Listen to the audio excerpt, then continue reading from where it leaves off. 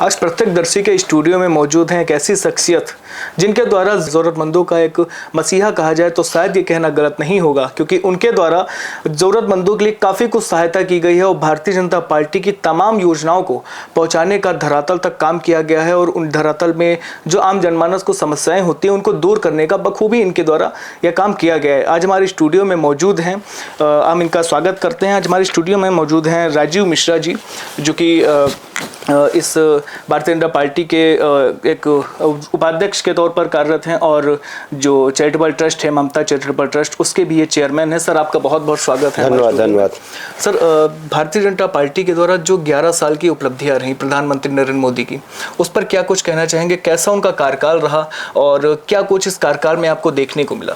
देखिए, देश के प्रधानमंत्री 2014 में जब उन्होंने शपथ ली और संसद भवन जब पहुँचे, वो संसद को अपना मंदिर समझ के पहुँचे और मंदिर में जब प्रणाम किया, लेट के प्रणाम किया, तो उसी दिन लग गया था कुछ ना कुछ करिश्मा होगा। और करिश्मा आपको दिखा होगा 2014 में जब मोदी जी ने शपथ ली। शपथ लेने के बाद जब वो लाल किले पे बोल रहे थे कि हमको पूरे भारत को स्वच्छता करना है, वो झाड़ू लेके स्वच्छ करने का काम किए, वो मैसेज देने का काम किए। आज पहली बार हुआ है कि पूरा भारत स्वच्छ है। और जिस तरह से उन्होंने स्वच्छ अभियान लिया, जिस तरह से स्वच्छ भारत अभियान लिया और उसके बाद उन्होंने जो काम किया, आप समझिए। उस माँ से पूछिएगा, उस बहन से पूछिएगा, पेट पकड़कर बैठी रहती थी, हे भगवान कब साफ होगी, कब शौच करने को जाएंगे। शाम शाम बीत जाता था, किडनी भी फेल हो जाती थी, पेट भी खराब हो जाता था। उसके घर में अगर इज्जत दर देने का काम किया तो देश के प्रधानमंत्री नरेंद्र भाई मोदी ने दिया। उस बहन से पूछना, उस माँ से पूछना, उस दादी से पूछना, उस नानी से पूछना। उस सवेरे जब लकड़ी बीनने जाती थी, सवेरे लकड़ी बीन के शाम को आती थी, खूरी जो बोझा लेके आती थी, लकड़ी जब बोझा लेके आती थी बाल भी झड़ जाते थे। और जब फुकनी मारती थी चूल्हे पे तो आंखों में मोतियाबिंद भी हो जाता था, रोशनी भी चली जाती थी। 100 सिगरेट सीने में सिगरेट बराबर धुआं घुस जाता था। और उसको उज्जला देने का काम अगर किया देश के प्रधानमंत्री नरेंद्र मोदी ने किया। और सबसे बड़ा आचरणात्मक जो काम मैजिक कहते हैं हम, उस मैजिक को, उस पहली बार 22,000 गाँव में बिजली नहीं थी। हमने कहा था कि 2022 तक बिजली दे देंगे। नरेंद्र भाई मोदी को मैं धन्यवाद करता हूं। 2017 में उन्होंने 22,000 गाँव में बिजली देने का काम किया। ये कीर्तिमान अगर किसी ने स्थापित किया तो देश के प्रधानमंत्री नरेंद्र भाई मोदी। और एक सबसे बड़ा काम किया, प्रधानमंत्री आवास। मैं एक छोटी सी आपको घटना बता रहा हूँ, क्योंकि मुझे कहा गया कि लाभार्थियों से मिलने जाना है। जब मैं लाभार्थी से मिलने गया तो लाभार्थी से सैरैनी में एक मकान में गया, तो उस सैरैनी के मकान में जब पहुंचा तो वहां देखा कि मकान में प्रधानमंत्री आवास लिखा है और उसका नाम लिखा कुसुमा देवी। वो पासी समाज की थी। जब मैंने उसका दरवाज़ा खटखटाया तो उसके सामने जब दरवाज़ा खुला तो मैंने देखा सामने नरेंद्र भाई मोदी की फ़ोटो लगी है। मैंने कहा नरेंद्र भाई मोदी की फ़ोटो लगी है? माँ, ये नरेंद्र मोदी की क्यों फ़ोटो लगी है? तो उन्होंने कहा क्या बेटा बैठ सकते हो? हमने कहा अरे बिल्कुल माँ, मैं तो आपको लाभार्थी हूँ, मैं तो मिलने आया हूँ आपके। उसने अपनी संदूक से एक चादर निकाली, बिछा दी उस तखत पे और चटाई बिछा दी। मेरे साथ 6-7 आदमी थे। जब उसने बताया उस माँ ने, तो मेरे भी आँख हुआ गया। उसने कहा मेरे पास 16 बीघा खेती थी, मेरे पति के कैंसर हो गया था। उन्होंने कहा था ये बच्चों को दोनों को डॉक्टर बना देना और बेटी को इंजीनियर बना देना। और मैंने जब बेटे का फ़ोन आता था दोनों को तो मैं 2 बीघा ज़मीन बेच देती थी। बेटी का फ़ोन आता था माँ आज इंजीनियरिंग की फ़ीस बेचनी है तो एक वो बेच देती थी। और सच में उसने बेच के दोनों बच्चों को डॉक्टर और बेटी को इंजीनियर बना दिया। माँ टटटी लगा के छप्पर में बैठी रहती थी, बेटी का फ़ोन नहीं आया, बेटे का फ़ोन नहीं आया। 2 साल लगातार वो माँ फ़ोन लगा के टटती देखती थी, मेरे बेटे कब आएंगे, मेरी बेटी कब आएंगे। लेकिन उसके पति का एक सपना था कि यहाँ पे जब मेरे बच्चे पढ़ के आए तो एक मंदिर बनाना, एक मकान बनाना। बेटी का एक दिन फ़ोन आता है 2 साल बाद कि बेटी माँ हम लोग विदेश में हैं, मैंने भी शादी कर ली, भैया ने भी शादी कर ली और मैं अब नहीं आऊँगी। कहा बेटा मैंने तो सारी खेती बेच दी थी, पापा का सपना था तुम यहाँ मकान बनाएंगे, मंदिर बनाएंगे और तुम लोग ने मुझे बताया नहीं। मैं 2 साल तक सो नहीं पाई हूँ। रात में फ़ोन ऐसा ना डिस्चार्ज होता था दुकानों पे कहीं जाके चार्ज करती थी और दिन भर टटटी लगा के फ़ोन देखती थी। उन्होंने कहा उस माँ की आंखों में आंसू था, लेकिन उन्होंने कहा मेरे पति के सपनों को अगर कहीं पूरा किया, मैं कोठी तो नहीं बना पाई लेकिन एक प्रधानमंत्री आवास अगर किसी ने दिया तो नरेंद्र भाई मोदी ने दिया। और मंदिर नहीं बना पाई, रोज अपनी बगिया से फूल तोड़ती हूँ और नरेंद्र भाई मोदी को चढ़ाती हूँ। सबसे बड़ी बात, सौभाग्य योजना के अंतर्गत बिजली का कनेक्शन मुझे फ्री मिला। उसके बाद पीछे देखिए तो मुझे इज्जत घर मिला। ये देखिए मेरे घर के अंदर रखा है, उज्ज्वला रखा है। और उसके बाद चाहा कि अब ना बेटी ना बेटा, अगर वेदांता में भी भर्ती हो जाऊंगी, कहीं बड़े हॉस्पिटल में चली जाऊंगी, सहारा में उस समय सहारा था, 5 लाख का आयुष कार्ड अगर देने का काम किया तो नरेंद्र भाई मोदी ने दिया। इतना बड़ा काम करने के बाद, और सबसे बड़ी उसने कहा कि किसान है अन्नदाता देश का विधाता, उसको उस किसान सम्मान निधि का भी पैसा उसके पास आता है। अगर ये सब काम करने का काम जज्बा अगर किसी का है तो देश के प्रधानमंत्री, वो मेरी आंखों में भी आंसू आ गया कि ऐसी माँ जिसने नरेंद्र मोदी को अपना भगवान मान लिया, उसने कहा मेरे पति के सपने तो कोई नहीं पूरा कर पाया, अगर मेरे बच्चे तो नहीं कर पाए, लेकिन नरेंद्र भाई मोदी ने मुझे मकान दिया। जी बिल्कुल, जैसा आपने बताया नरेंद्र भाई मोदी ने मकान दिया और ज़रूरतमंदों को एक सहायता पहुंचाने की नई नई योजनाएं निकाली, उज्ज्वल योजना निकाली, पीएम आवास योजना निकाली, तमाम योजनाएं निकाली गई। लेकिन विपक्ष पार्टी के द्वारा एक बात हमेशा बताई गई कि किसानों का हक मारा गया, पिछड़ा दलित अल्पसंख्यकों का हक मारा गया। अच्छा, आप कई बातें इनके आप मेरी बात समझिए। यहाँ पे हम लोग ने जात की बात वो करते हैं, हमने जात की बात नहीं करी। आप प्रधानमंत्री आवास दिया तो मैंने जात की बात नहीं करी। 1 करोड़ 40 लाख का देश, 1 अरब 40 करोड़ का देश, उसमें मैं 80 करोड़ आदमी को राशन देता हूँ, मैंने जात की बात नहीं करी। उसमें मुस्लिम को भी मिलता है, अनुसूचित को भी मिलता है, ब्राह्मण को भी मिलता है, क्षत्रिय को भी मिलता है, सबको राशन मिलता है। हमने कभी मकान में भी जात की बात नहीं करी, सभी को दिया मकान। आप जरा मकान की लिस्ट उठा के देखो, अगर हमने जातवादी की हो, मैं जातवादी की काम नहीं करता हूँ, मैंने विकास का काम करने का काम किया। अगर आप उठा के देखो, सौभाग्य योजना के अंदर बिजली का कनेक्शन हमने फ्री दिया, तो हमने जात की बात नहीं करी। हमने कभी जात की बात, किसान मुस्लिम है तो उसको भी हमने किसान क्रेडिट कार्ड दिया उसको। एक सांसद को तो पेंशन मिलती थी, एक सरकारी आदमी को तो पेंशन मिलती थी। अगर किसान सम्मान निधि देने का काम भी किया तो देश के प्रधानमंत्री नरेंद्र भाई मोदी ने दिया। और आप देखो आज कितनी बड़ी उपलब्धि है। आज भारत किस नंबर पे आ गया, भारत चौथे स्तंभ बन गया है। भारत कृषि प्रधान देश, 80% भारत कृषि प्रधान देश है। सब कोविड में हाय हाय कर रहे थे, भारत नहीं कर रहा था। भारत ने वैक्सीन बाहर बना के भेजने की बात की। मैंने पूछा था अमेरिका में, अपनी बुआ मेरी रहती हैं, मैंने कहा था वहाँ की वैक्सीन कितने की लगती है? कहे 2 वैक्सीन अगर यहाँ के इंडिया के पैसे माने तो 1.25 लाख रुपये लगता है। अच्छा, वैक्सीन की जो आपने बात की, तो अखिलेश यादव के द्वारा उसमें जब वैक्सीन लगवाई जा रही थी, हर आदमी हर व्यक्ति बढ़ चढ़ के वैक्सीन लगवा रहा था कोरोना के डर से। लेकिन अखिलेश यादव के द्वारा एक बात बताई गई कि ये वैक्सीन जो है मात्र एक जो भारतीय जनता पार्टी की चाल है और ये बेकार। अच्छा, वैक्सीन की चाल थी तो क्यों उन्होंने लगवाई? उनके पूरे परिवार ने वैक्सीन लगवाई। कहना अलग है, करना अलग है। कतनी करनी का विश्वास रखना चाहिए। और जिस तरह से वैक्सीन लगी, मैं आपको एक छोटा सा उदाहरण दे रहा हूँ। तो मैंने उस बुआ से पूछा कि तुम्हारे यहाँ वैक्सीन कितने के? 1.25 लाख रुपए लगते हैं।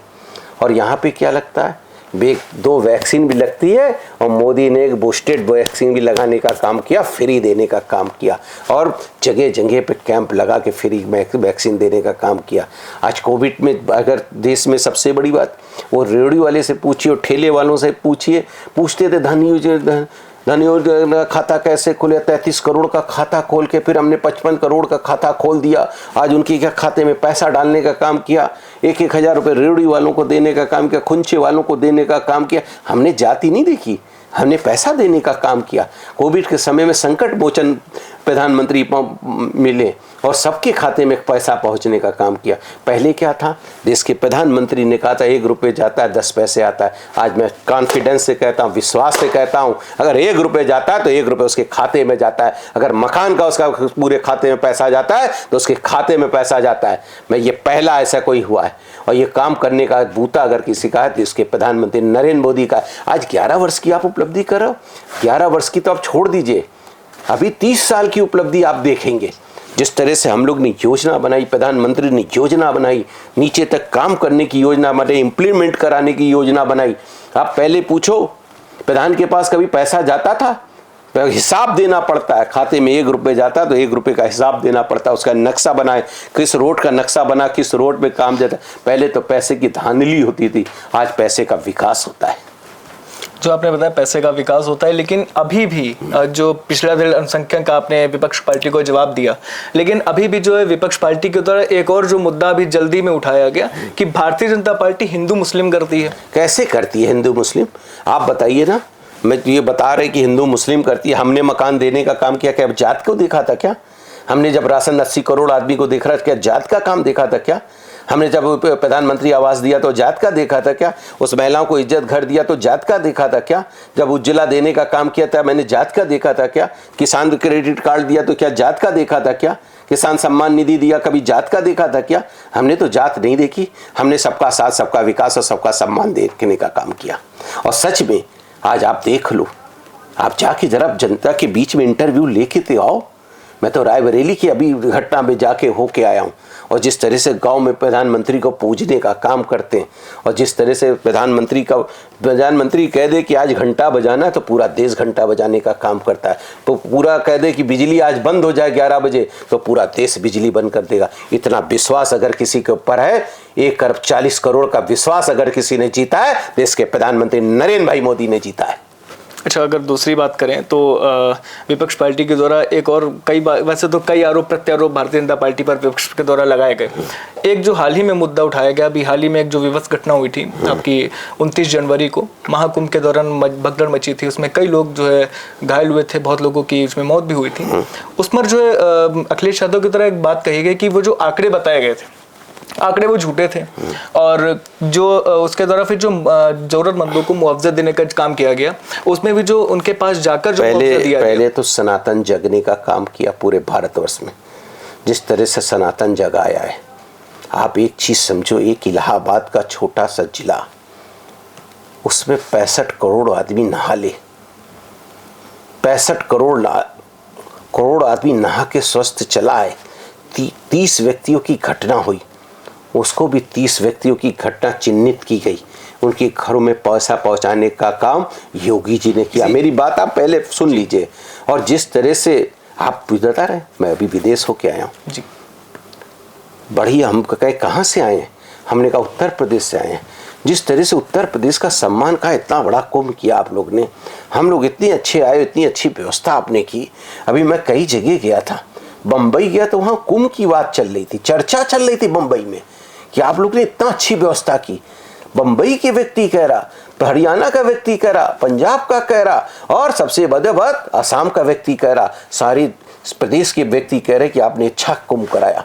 अगर 30 की घटना होती है, इसको भी हमने स्वीकार किया। अगर घटना हुई तो उसको स्वीकार करना चाहिए। लेकिन एक बात बताइए, जहाँ 65 करोड़ आदमी आकर नहा के चला जाए और सारी व्यवस्था को इतनी तारीफ करे, कुछ ना कुछ अछूत हुआ होगा। 30 आदमी की डेथ हुई, इसको मानता हूँ, स्वीकार करता हूँ। ये नहीं कि स्वीकार नहीं करता हूँ, स्वीकार करता हूँ, डंके की चोट पे स्वीकार करता हूँ। उनके वेरिफिकेशन भी किया 30 आदमी का कौन की किसकी डेथ हुई है, और उसको पैसा देने का भी काम किया। लेकिन एक चीज़ बताइए, आप भी पहले भी कुंभ होता था, पहले भी रेल का पुल टूट गया था, उनकी भी सरकार में पुल टूट गया था, लेकिन कितनी कांग्रेस की सरकार में कितना व्यक्ति मर गया था जब कुंभ हुआ था। लेकिन मैं देश के प्रधानमंत्री नरेंद्र भाई मोदी का, उत्तर प्रदेश की योगी का मैं बहुत ही धन्यवाद करना चाहता हूँ। जब ज़्यादा उत्तर प्रदेश का कोई व्यक्ति जाता है, पहले उत्तर प्रदेश कहाँ से आए हो? माफिया शहर से आए हो। आज कहता है कुंभ नगरी से आए हो, उत्तर प्रदेश की कुंभ नगरी से आए हो, राम की नगरी से आए हो, काशी की नगरी से आए हो, तो कृष्ण की नगरी से आए हो। ये सम्मान अगर किसी को उत्तर प्रदेश से मिलता है, जो उत्तर प्रदेश का सीना 56 होने का काम अगर कोई कराता है तो योगी और मोदी कराते हैं। अच्छा, जो आपने 30 लोगों की मृत्यु का जो आंकड़ा बताया, विपक्ष के द्वारा अक्सर ये बात सामने आई कि जो 30 लोगों की जो आंकड़े हैं मृत्यु के, वो 30 नहीं है बल्कि 80 प्लस हैं। अगर 80 बहुत अच्छी बात है, अगर 80 है तो 50 परिवार आए तो किसी की डेथ होगी, कुंभ में गया होगा, वो बताएगा कि नहीं बताया कि मेरे डेथ हुई है, परिवार में डेथ हुई है? किसी ने FIR दिखी क्या पूरे भारतवर्ष में? आप मुझे बताइए ना। 30 की हमने जो घटना दी है, कोई छिपती नहीं है, वो नहीं है कि आप छिपा दो वे घटना।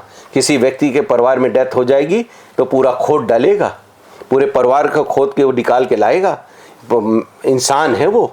30 आदमी की डेथ हुई तो 30 आदमी का योगी जी ने उसका वेरिफिकेशन भी किया, और उनको पैसा देने का काम पहली बार मंत्री या कोई कार्य वहाँ डीएम जाके उनके घरों में देने का काम किया। ये पहली बार अचूत परिवर्तन हो रहा। पहले उत्तर प्रदेश अपराधों का शहर होता था, माफियाओं का शहर होता था। शाम को फोन आ जाता था, भैया तुम्हारी बिटिया है मेरे पास, 50 करोड़ रुपए दे जाओ। आज वो 50 करोड़ लेने की हिम्मत नहीं है। उत्तर प्रदेश का माफिया भाग गया है।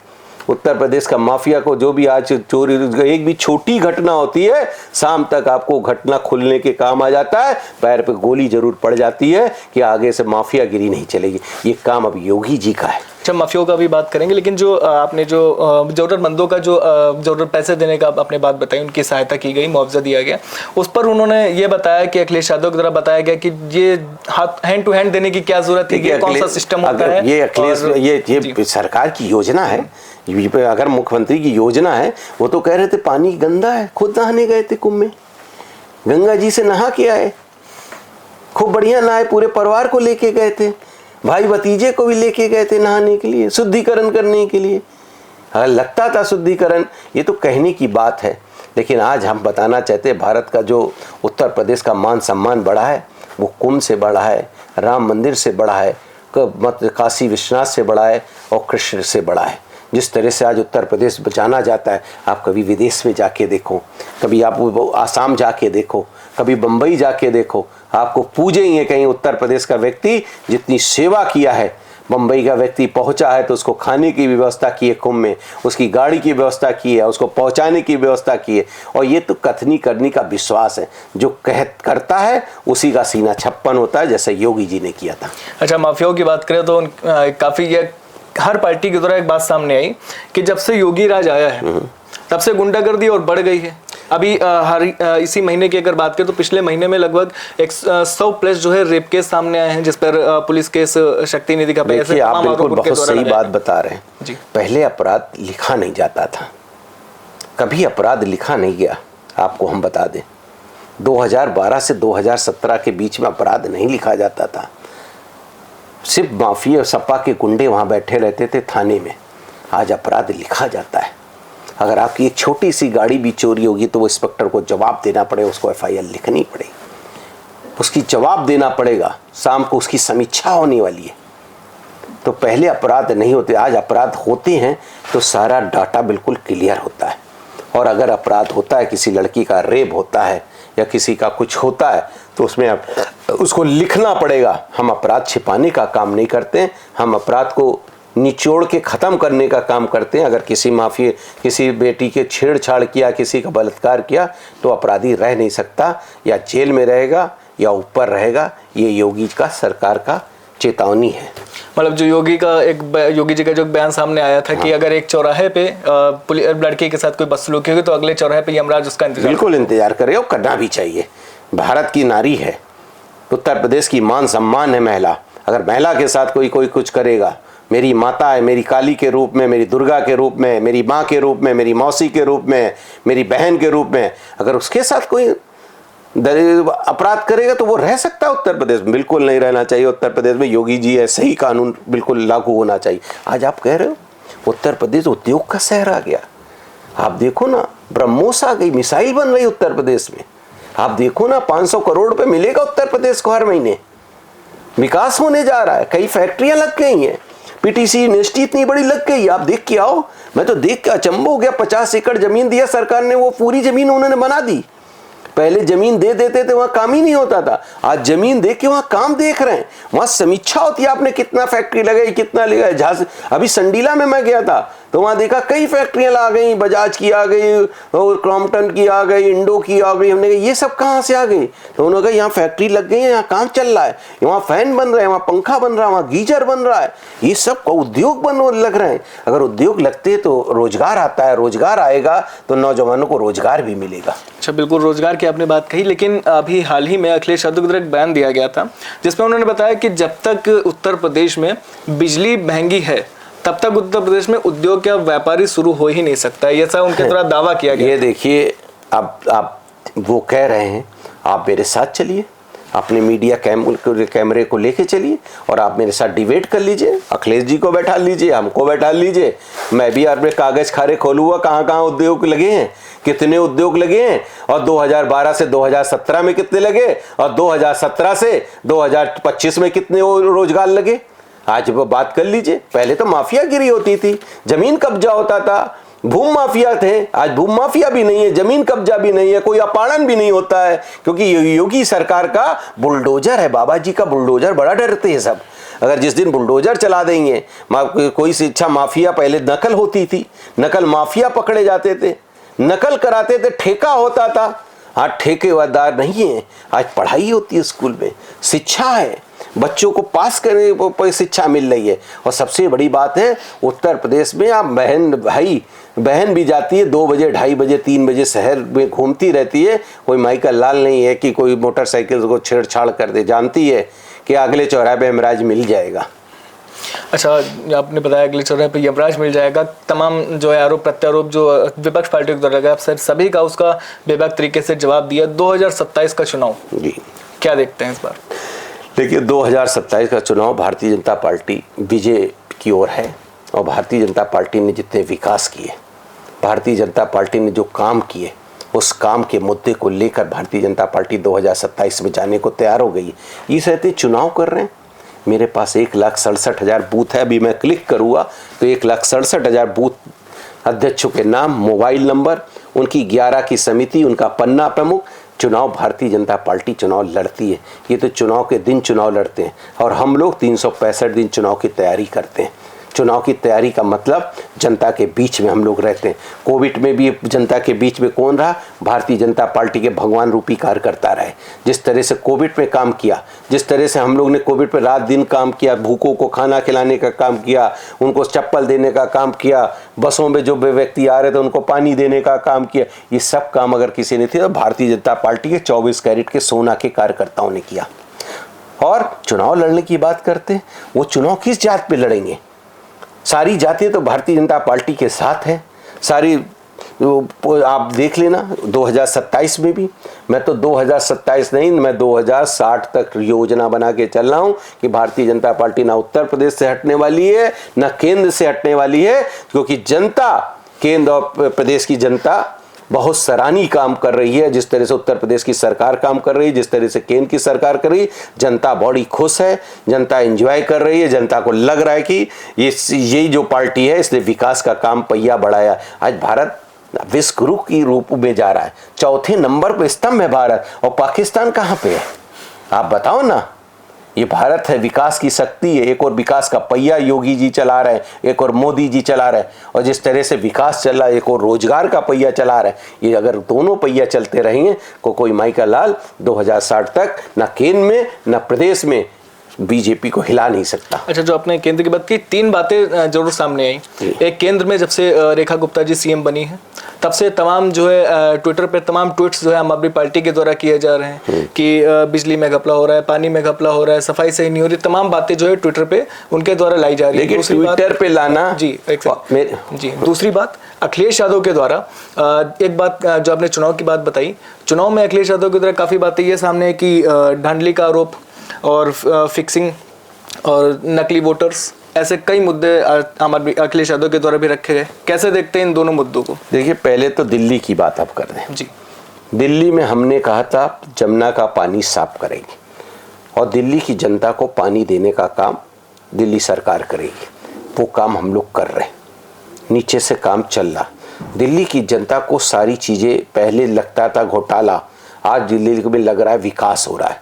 रोडों का काम हो रहा, पानी स्वच्छ मिल रहा है। उनके घरों में पहले क्या होता था, टैंकर से पानी जाता था, आज नलों से पानी जाने लगा। आपकी कार्य करने की क्षमता होनी चाहिए। और दूसरी बात, हम आपके जो हमारे अखिलेश जी कह रहे हैं कि हम धांधली करते हैं, धांधली हम अगर कर रहे होते तो चुनाव हम ही सब जीत रहे होते। आप भी तो बीच बीच में चुनाव जीत जाते हो। तो ये 33 सीटें क्या धांधली से आप लाए थे क्या लोकसभा में?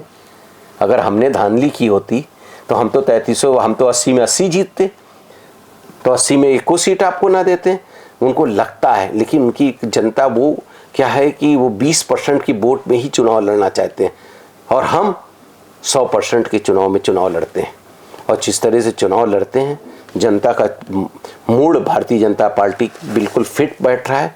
और जिस तरह से भारतीय जनता पार्टी काम कर रही है, जिस तरह से पुलिस प्रशासन का काम है, जिस तरह से डीएम का काम है, और सबसे बड़ी बात आप समझ लो, आपका भाई बीमार है और आपका 5 लाख का वो है, आपके पास कोई कार्ड नहीं, मुख्यमंत्री को एक चिट्ठी लिख के दे दी 5 लाख का एस्टीमेट, दूसरे या तीसरे दिन आपके यहाँ 3 लाख एस्टीमेट का आ जाएगा।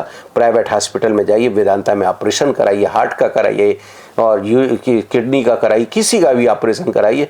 ये अगर काम कोई करा रहा तो योगी सरकार करा रही है। जी बिल्कुल। ये थे हमारे साथ अब भारतीय जनता पार्टी के उपाध्यक्ष, जिनके द्वारा अखिलेश यादव और विपक्ष पार्टियों के तमाम जो सवाल थे उनके जवाबों का बेबाक तरीके से जवाब दिया गया। अब हम बात करते हैं, आप चेयरमैन भी हैं एक ट्रस्ट के, ममता चैरिटेबल ट्रस्ट के आप चेयरमैन भी हैं। कितने समय से लगभग आप इस ट्रस्ट में शामिल हैं और लगभग कितने समय से आप जरूरतमंदों की सहायता कर रहे हैं, और कब तक आगे का उनका एम क्या है? ममता चैरिटेबल ट्रस्ट 2015 से बनी है, और जिस तरह से हमने कोविड पे, पहला कोविड आया तो हमने 65 दिन काम किया। 65 दिन में हमने 6,80,000 आदमी को राशन देने का काम किया, और ऑनलाइन भी राशन दिया। 9455 5 बार 7 ट्रिंग घंटी बजी और ममता राशन लेके पहुंची पूरे लखनऊ में, राशन देने का काम किया। राशन फ़ोन आता था कि भैया मुझे राशन चाहिए, चिन्हट आता था। एक दिन आपको मैं घटना बता दूं, मैंने रजिस्टर देखा, मेरे पास 2612 व्यक्तियों के नंबर आए, उसमें मैंने 2510 नंबर सही आए। मैंने 501 व्यक्ति को बुलाया और मोटरसाइकिल पे एक ऐप बनाया कि आप यहाँ राशन देंगे 10 की, जो फ़ोटो खिंचाए उसका मुँह छिपा के फ़ोटो खींच के मुझे इस ऐप में डालेंगे, और 1.5 घंटे के अंदर 2 घंटे के अंदर सारे ऐप में लोड हो देना चाहिए। मैं जब शाम को ऐप पे बैठा तो एक व्यक्ति नहीं पहुँचा, 2500 के यहाँ राशन पहुँच गया और 10 व्यक्ति का राशन नहीं पहुँचा। तो मैंने उसको फ़ोन करके पूछा कि भैया तुम्हारे क्या राशन क्यों नहीं पहुँचा, तुमने क्यों नहीं पहुँचा? कहा भैया मेरी टायर पंचर हो गया था, कोई वहाँ मिल नहीं रहा कोविड के समय, मैं उसको सुबह पहुँचा के आपको करूँ।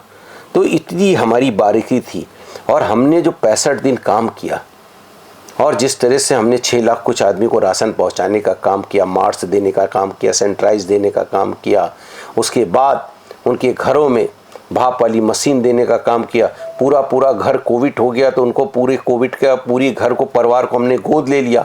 उनको सुबह खाना देने का काम, शाम को खाना देने का काम, बीच में नाश्ता देने का काम, उनको दवाई देने का काम, ये काम अगर किसी ने किया तो ममता चैरिटी ट्रस्ट किया। जब दूसरी कोविड आई, 101 दिन किया पूरे लखनऊ में सैनिटाइजर, 21 रथ चलाए, 21 रथ से सैनिटाइज पूरे लखनऊ को करने का काम किया। उसके बाद उनको कोविड की 7 दवाइयाँ थी जो लॉन्च में थी, वो दवाइयाँ देने का काम किया। भाप वाली 80,000 मशीन देने का काम किया। पुलिस के BKM में DK ठाकुर जी थे, उनके पूरे 65,000 व्यक्तियों को मैंने मार्क्स N95 और सैनिटाइजर और उनको भाप वाली मशीन, मेडिकल कॉलेज को वो ग्लव्स नहीं थे उनके, क्या मेडिकल कॉलेज में कई लीटर वो देने का काम किया। और सबसे बड़ी बात, हमने जो सैनिटाइज जो दिया N95 वो बढ़िया वाला मास्क देने का काम किया। सैनिटाइजर जो दिया वो बहुत बढ़िया दिया पूरे मेडिकल कॉलेज को, और ऐसे पूरे उत्तर प्रदेश में देने का काम किया, कई जगह भेजने का काम किया। और लखनऊ में 101 कैंप लगा के सैनिटाइजर, भाप वाली मशीन, N95 मास्क दिया। उसके बाद बच्चों को शिक्षा देने का काम 5,000 को करते हैं, 5,000 खिलाड़ियों को गोद ले रखा है, उनको ट्रेनिंग देने का काम करते हैं, उनको ट्रेनर देते हैं कि आपको कोई ट्रेन की व्यवस्था करे। अगर कोई बच्चा पढ़ना खेलना चाहता है, उसके पास कुछ नहीं है तो उसको सामान दिलाने का भी काम करते हैं, और उसको अगर लगता है कि नेशनल खेलेगा उसको जहाज का भी टिकट देने का काम ममता चैरिटी ट्रस्ट करती है। और सबसे बड़ी बात, जाड़ों में 1 लाख कंबल हर बार देते हैं, 1 लाख चश्मा बांटते हैं, 51 स्वास्थ्य मेले लगाते हैं हर साल।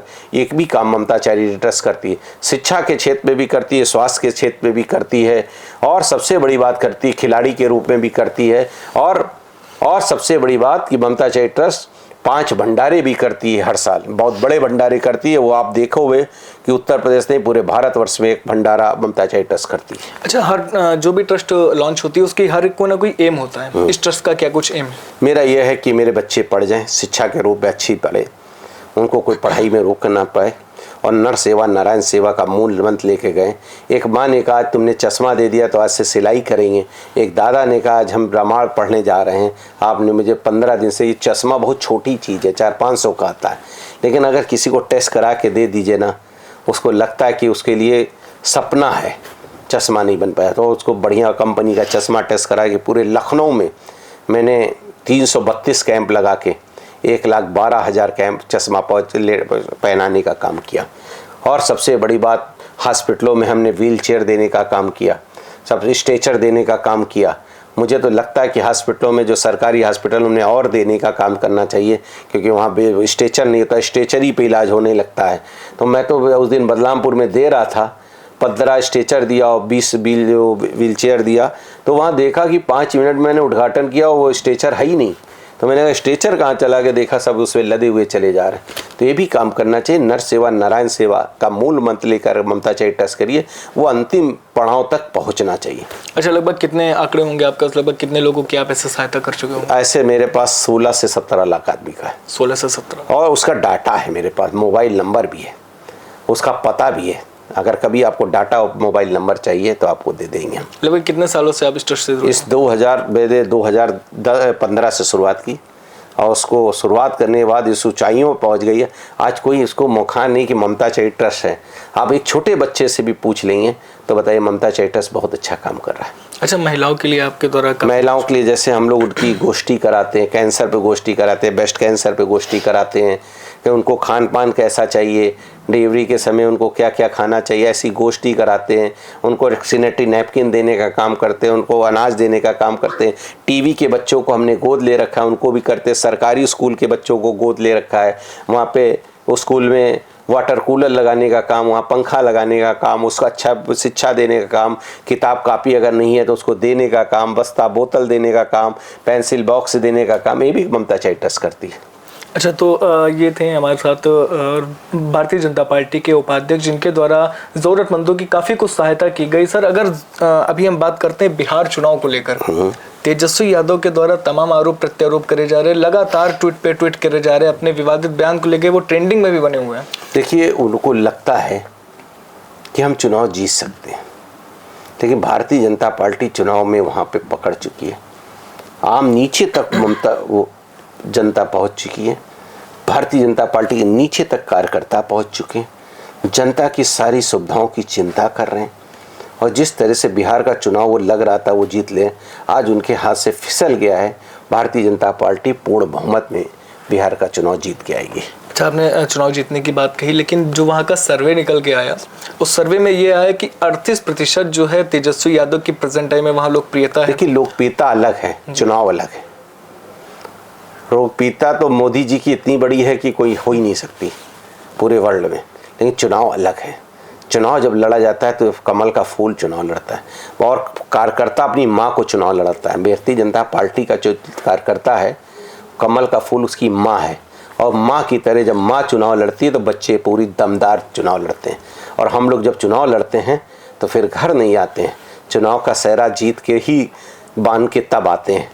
चुनाव में फिर घर नहीं जाते, खाने की चिंता नहीं करते कि आज ये कुछ करना है, नहीं, जो कपड़ा मिल गया सुबह पहन लिया। भूखे प्यासे भारतीय जनता पार्टी को जिताना है, और बूथ तक जाकर बूथ के कार्यकर्ताओं से मिलना है, जनता से मिलना है, उसको चुनाव जिताना है। ये ट्रेन अगर किसी के पास, ये खूबी किसी के पास है, ये भगवान रूपी कार्यकर्ता किसी के पास है, तो ये भारतीय जनता पार्टी के पास है, ये किसी पार्टी के पास नहीं है। और जो भारतीय जनता पार्टी काम करती है, आपको पता है, मेरा कार्यकर्ता भगवान कुछ नहीं चाहिए, उसे भारतीय बस थोड़ा सा सम्मान चाहिए, और वो भारतीय जनता पार्टी में सम्मान उसको मिलता है, इसीलिए वो भारतीय जनता पार्टी के साथ है। आज आप देखो ना, कौन दल बचा? अभी कोई दल ही नहीं बचा, सिर्फ भारतीय जनता पार्टी के अलावा कोई दल ही नहीं है। कांग्रेस देख लीजिए, कोई मरी जे रही है, कहीं कभी उत्तर प्रदेश में एक आदमी नहीं दिखता है हमको कि कहीं बूथ पे भी काम कर रहा हो। सपा का कहीं बूथ नहीं है, कहीं बस ऊपर ऊपर हवा में। और भारतीय जनता पार्टी आप देख लो तो मंडल अध्यक्ष भी है, बूथ अध्यक्ष भी है, सेक्टर संयोजक भी है, जिला अध्यक्ष भी है, जिला अध्यक्ष की कार्यालय भी है, वहाँ बैठक भी होती है। आप भी मीडिया के माध्यम से कितनी बार कांग्रेस में गए हो, सपा में गए हो, बूथ स्तर पे कार्यक्रम, और यहाँ रोज बूथ स्तर पे कार्यक्रम अगर कोई करता है तो भारतीय जनता पार्टी करती है। और मैं आपको विश्वास दिलाता हूँ, बिहार का चुनाव भारतीय जनता पार्टी के पक्ष में जा रहा है, और 100% भारतीय जनता पार्टी की सरकार बनेगी। या आप देखिए आज हमारी आपकी वार्ता हो रही है, लेकिन जब बन के आएगी तब आप मेरा फिर इंटरव्यू लेंगे, मैं उस दिन वाला वही वाला मेरा ये भाषण दोहराइएगा। मतलब भारतीय जनता पार्टी हर वक्त चुनाव के मूड में रहती है, ना कि चुनाव के समय में? नहीं, चुनाव के समय क्यों रहेगी? जनता के बीच में हम 365 दिन के लिए थोड़ी हैं, हम 5 साल के लिए आए, तो हम 5 साल सेवा करने के लिए आए, तो हम जनता के बीच में 5 साल सेवा में रहते हैं। और सेवा जो करेगा वही मेवा पाएगा। वही भारतीय जनता पार्टी, जैसे योगी जी काम कर रहे हैं तो मेवा पा रहे हैं, मोदी जी काम कर रहे हैं जनता के बीच में, इसलिए मेवा पा रहे हैं। अगर आप काम ही नहीं करो तो मेवा क्यों मिलेगी? अच्छा, प्रधानमंत्री नरेंद्र मोदी को लेकर अभी एक विवादित बयान दिया गया था तेजस्वी यादव के द्वारा, जिसमें उन्होंने उनको पॉकेट मार बताया था। देखिए, देश का प्रधानमंत्री है और वो छोटे से हैं। देश का प्रधानमंत्री होता है, 1 अरब 40 करोड़ का देश का प्रधानमंत्री है, और ऐसी वर्ड कभी नहीं बोलने चाहिए। प्रधानमंत्री सबका प्रधानमंत्री है, देश का प्रधानमंत्री, वो किसी पार्टी का प्रधानमंत्री नहीं है। लेकिन छोटी सी बात है, वाणी को संयम रखना चाहिए। और भगवान ने एक ही जगह हड्डी नहीं रखी है, वो जवान, उसको बहुत कंट्रोल रखना चाहिए। अगर कंट्रोल नहीं रखोगे, चुनाव ऐसे ही फिसल गया है, जो सीट आने वाली वो भी सीट फिसल जाएगी सारी, तो वो 0 हो सकता है। इसलिए जवान कंट्रोल रख के 10-20 सीटें जो मिल चाहें वो ले लीजिए। अच्छा, बिहार चुनाव और 2027 का विधानसभा चुनाव, दोनों को अगर एक साथ देखा जाए तो क्या रहेगा इस बार? देखिए, दोनों सीट, बिहार चाहे चुनाव देख लीजिए, उत्तर प्रदेश का चुनाव देख लीजिए। देखिए, सपा के भी बड़े बड़े नेताओं से मेरी बात हो रही है, वो कह रहे 2027 भी आपका है। कांग्रेस से भी बात होती है, 2027 आपका है, क्योंकि आप लोग काम कर रहे हो। हम लोग क्या काम नहीं होता है। आज हमारे यहाँ राशन पहुँचने का काम चल रहा है, अनाज देने का काम चल रहा है, गांव में संपर्क रोड बन रही है, में विकास का पहिया चल रहा है, नीचे गांव तक बिजली 24 घंटे आती थी। पहले आदमी कहता था बल्ब आया कि नहीं। एक और कहानी सुना दें, अभी हम चुनाव में गए थे, चुनाव में जब हम बोल रहे थे तो उन्होंने कहा, एक बाबा ने कहा, भैया बीजेपी इतनी अच्छी है। हम कहें क्यों बाबा? कहीं रात में जब आई रहे तो बीबी का चमचमुआ चेहरा नहीं दे, जब से 2014 में आई न, तो शाम को आई थे तो पत्नी का चमचमुआ चेहरा देख ली, तब मन खुश हो जावत। जब ऐसी बात कहता है व्यक्ति, बुजुर्ग कहता है, तो इसके मतलब 70 साल 60 साल से बिजली नहीं आती होगी, तभी उस दादा की अंदर से वेदना जगी है। और जिस तरह से काम विकास का चल रहा, कोई माइका लाल रोक नहीं सकता। आज उद्योग देखिएगा किस तरह से आप देख रहे हैं ना, भारत का 2045 का जो विजन लेके हम लोग चल रहे हैं, भारत को विस्तृत भारत दिखाएंगे, वो दिखेगा भारत से। जी बिल्कुल, ये थे हमारे साथ भारतीय जनता पार्टी के उपाध्यक्ष और ममता चैरिटेबल ट्रस्ट के चेयरमैन, जिनके द्वारा बताया गया कि 2027 और बिहार चुनाव में हम भारी बहुमत से विजय करेंगे। और जो विपक्ष पार्टी के जो आरोप प्रत्यारोप का दौर चल रहा था, उनको भी बेबाक तरीके से जो है जवाब देने का काम किया गया। सर, आप हमारे स्टूडियो में, आपका बहुत बहुत धन्यवाद। आप लोग से मिल के बड़ी खुशी हुई, और मैं विश्वास दिलाता हूँ इस चैनल के माध्यम से आपको लगेगा कि आप लोग जिस तरह से बातचीत का दौर चला, निष्पक्ष बात की दौर चला, आपको बहुत बहुत धन्यवाद। Thank you.